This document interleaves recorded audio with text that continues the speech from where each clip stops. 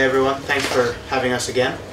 I was here a few weeks ago and I told you some news that my book was coming out. Now it's here, so I brought you a copy.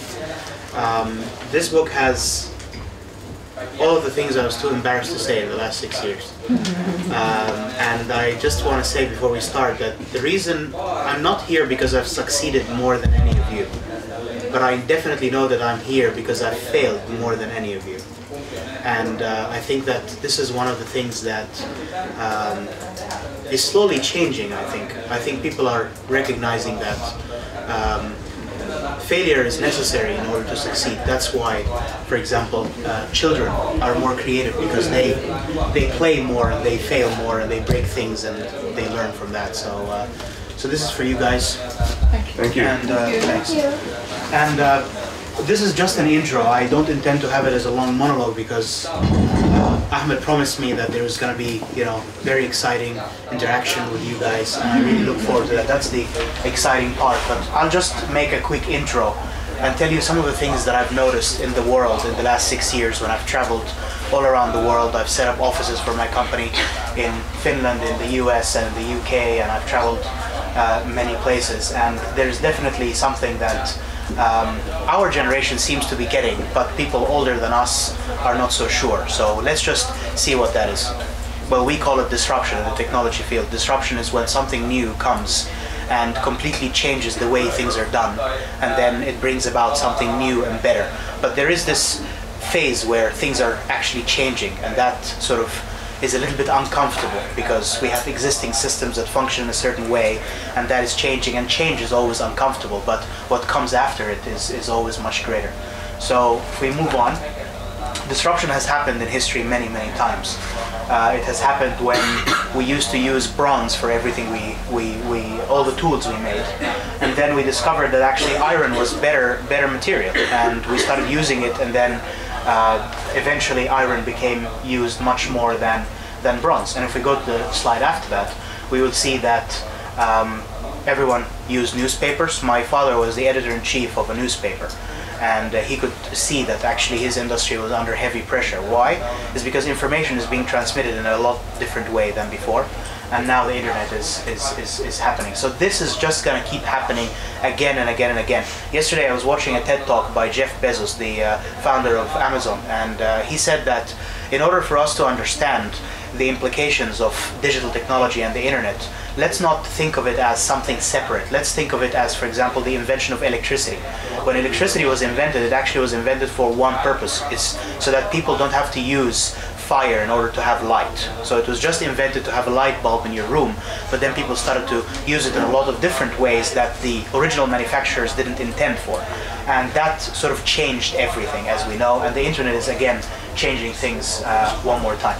So let's move on, and I don't want to come here and tell you how much we use digital technology. Can I just do a quick survey? How old are we in this room? How old are we? 20 to 30 years old. 20 to 30 years old. Okay, great. So our generation just can't get enough of this stuff. I don't need to tell you that. If we move on, I'm more interested in how using all that stuff actually changes our mind, changes our behavior as individuals and as a large group. Moving on, we just can't get enough of that stuff, and I told you this before, that 70% of people said they'd rather give up sex than using the internet. So, okay, you guys are from the 30%. All right, so moving on, and it allows us to do things that we just couldn't do before, and with very limited technological tools, we can basically get a lot more done that we needed, than we could before. These are all the services that I use to actually run my life. When I was running a global company, I only needed that stuff. I didn't need anything else, and I could run my business from anywhere around the world. So moving on. So again, we went through this before, but basically value creation is changing significantly. This is the old world.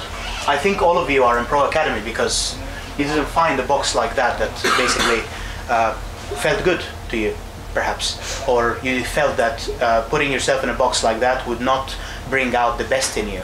And that's why you came to something like Pro Academy, where it is kind of, a little bit of a bigger network. It is not a structure as such, but you still work together whenever it's relevant, whenever it's interesting enough, and you self-organize and you end up doing things that perhaps some of these boxes can't do. And this is exactly what startups are. Startups are groups of people that just like each other, they believe in the same thing that they believe in, and they just want to work together, not because they have to, not because they get salary for it, not because they're afraid that their boss is gonna, fire them if they don't. They just do it because they love what they do, and they love one another. So that's what startups are about. And as this becomes stronger and stronger and stronger, these guys are in trouble, because they basically, that structure limits what they can do. And of course, right now we live in a world where we used to have a lot of manufacturing and industrial revolution and so on. So the value that was being generated by the world was very much tied to physical goods. That's why if you own the factory, everyone who didn't own the factory couldn't produce goods. But as we move now towards the digital age, where the economy is much different, it's a knowledge-based economy. So the unit of value is becoming digital, and that sort of gives an equal opportunity for anybody with the best ideas, with the best concepts, the best services, to actually contribute and add value and win. So I think that this is changing. Let's move on. So this carrots and sticks model. This carrots and sticks model is something that, if you actually read the story, you will see that I didn't know why, but even when I was in school, I always felt that this carrots and sticks model was something I'm not gonna play along with. So whenever the school basically said that we are gonna punish you if you do something, to me that was actually the green light to do as much of that thing as I possibly can. And there were consequences. I was about to be expelled from the school. I became a hacker. There was lots of things that I shouldn't be doing, but I really wanted to do them, not necessarily because I was interested, but I was definitely interested in sort of toppling that hierarchy of power. Why should a bozo, who doesn't know how the world is changing, just because he happens to be a teacher at the school, tell me what to do when I had access to technology that I know is much more powerful in the long term?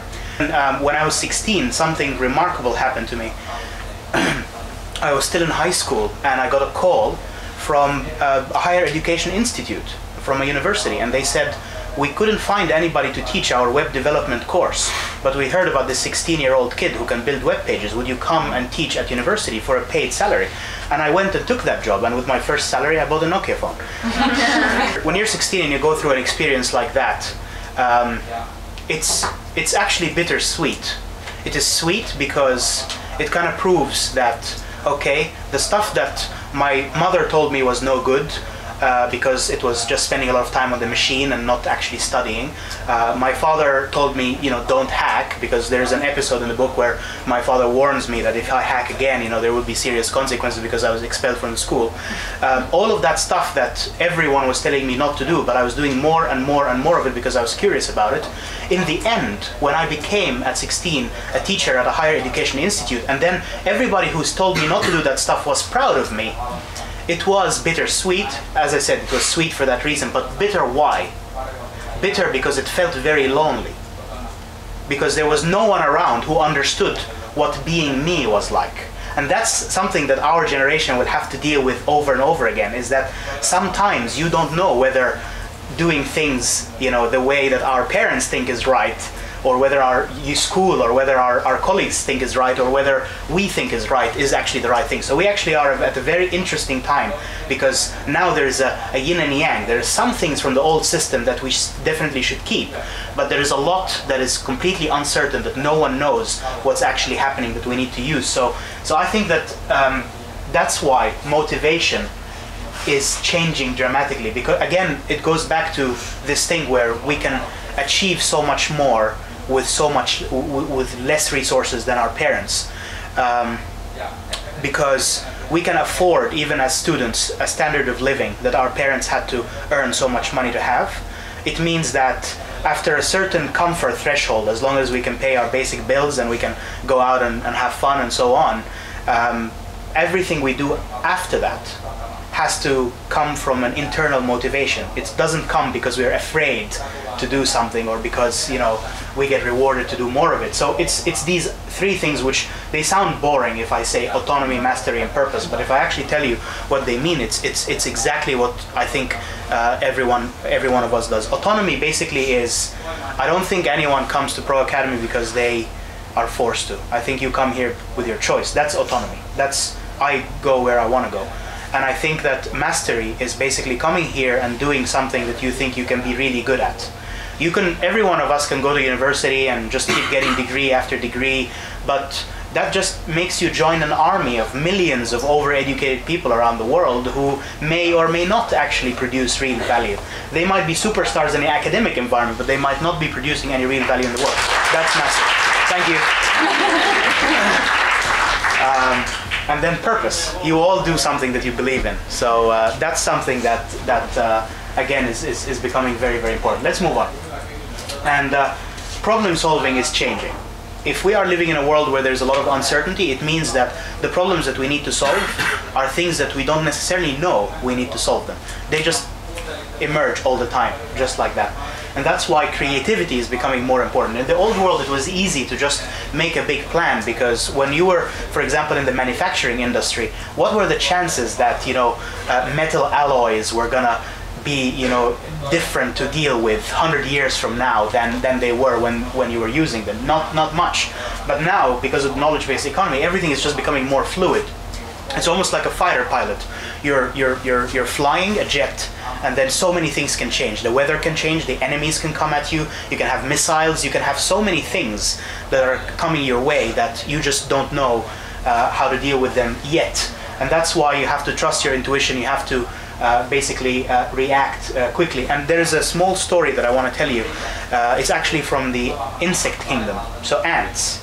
Ants, we can learn a lot from them. They're really tiny, but I really love this story. So ants have this internal intuitive mechanism that helps them figure out how to act independently, each ant on its own, but in a way that makes the whole kingdom serve each other. So they don't actually communicate with words or anything like that, but they just have this auto mechanism that makes them know how to deal with each other. However, that mechanism shuts down when they are afraid. If you attack an animal, an ant kingdom, and the ants are afraid, the only thing they start doing is they start looking at the person in front of them and just doing like them.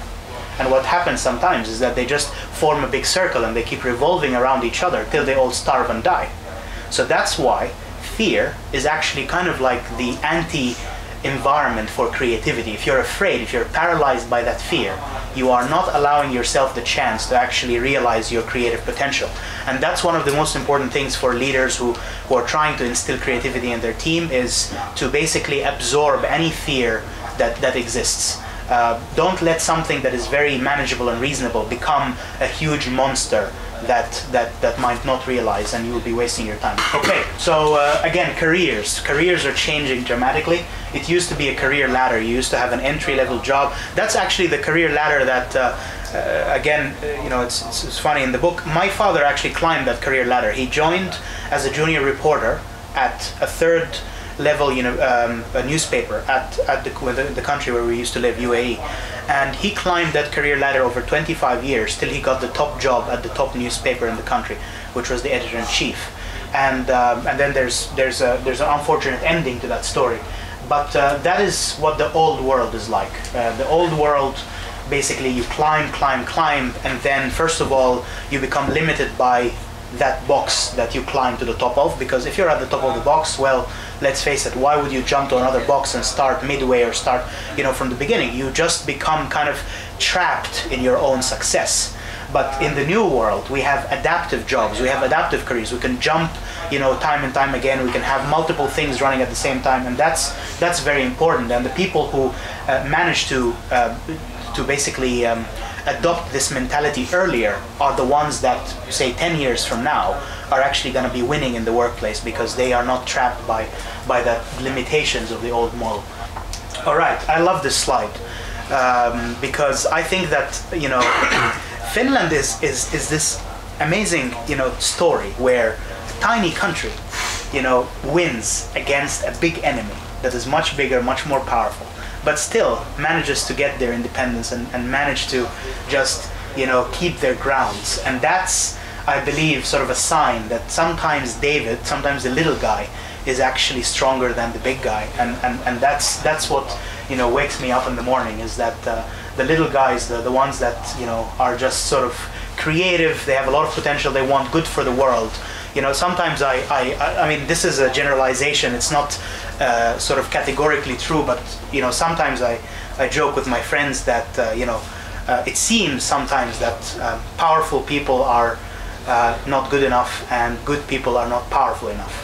So I'd love to see, you know, creative people who want good for the world, to actually rise up and help each other and then produce a lot more value. Let's move on. Okay, so how is the workforce changing? Over the next decade, 50% of the workforce are going to be born after 1980, so it's going to be basically our generation. It's going to be half of the workforce. And how do we differ from, you know, our parents?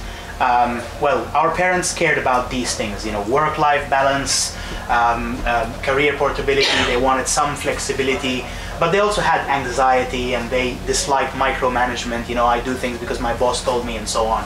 But our generation and onwards, there are some things that are really significant. First of all, we value diversity. We are all international citizens. We've all seen the world because we have access to the internet, and that's something that makes us already know how is it like a little bit in China, how's it like in India, Middle East, America, etc. So it is not, we don't have to actually spend a lifetime traveling just to know how the world is like. We watch it on YouTube nowadays.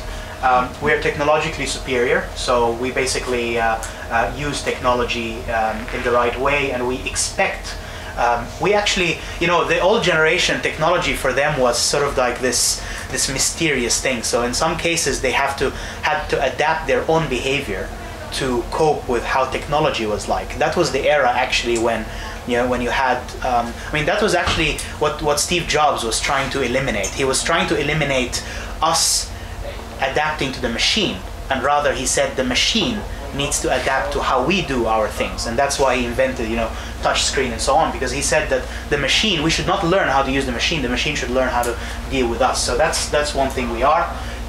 We want change. We don't like static environments. We want things to keep changing, and we want meaningful work. That's again the autonomy, mastery, and purpose that I said about. So sure, we can get jobs, but it has to be something that we believe in. It has to have something that we really like. And of course, we know that culture does not mean geography anymore. You know, there are places that are remotely separate from others, but they are very, very diverse, and there are places that are among, you know, very different people, but they keep on to who they are. Okay, so we're all here under 30, I think. The ones who aren't can pretend to be. And it's about where the puck is going. Yesterday, Finland won, right? Against Switzerland, 5-2. So it's about where the puck is going. It's not about where it has been. You know, the champions of today are not necessarily the champions of tomorrow. I think the champions of tomorrow are going to be people like us. So the body, you know, we have a body and we have a mind. The body has this mechanism called homeostasis, and if we actually completely sort of forget about what our mind tells us, if we just listen to the body, this is what we would be doing all day. The body just wants to keep us at a steady body temperature. It just wants us to do as little change as possible and just be as comfortable as possible. So the body, listening to it, you know, of course you have to maintain it. You have to make sure that everything is, you know, is functioning, because you need to be in good shape. But that process is basically the process that tells you don't do change. But if you move on to the next one, the mind, it tells us, but that's boring. But I need more. You know, sitting around all day is not something that I'm interested in. It's basically something that I need more of. I need more excitement. I need to grow in that direction. So moving on, curiosity, I think, is one of the greatest drivers for innovation. At least he's doing it to a doll, right? So curiosity to me is actually the compass with which we basically navigate what are the things that we need to do more of and what are the things that we need to do less of. And curiosity of the mind is different than curiosity of the body, but that is fun. The next one. So right now I want to talk to you about creativity, and the creativity is basically internal. It's basically a driver of internal disruption. And I don't actually have more slides than this, but I just thought that coming to the conversation of internal disruption, and then talking about curiosity and how boredom means. Boredom is just our mind, our subconscious mind telling us you're doing the wrong thing. I really, really don't want to do that. And yesterday, unfortunately, the only place that was open for dinner was McDonald's. And when I went there, I saw that the people who were serving me at McDonald's, they were not excited about their job. They were bored. And I think that, you know, if they were here today, they might see that actually that boredom is telling them that their potential is much bigger than the job they're doing, and they should actually be doing something else. So thank you guys for listening. I really look forward to engaging with you. You don't need to applaud. Thank you. Thanks.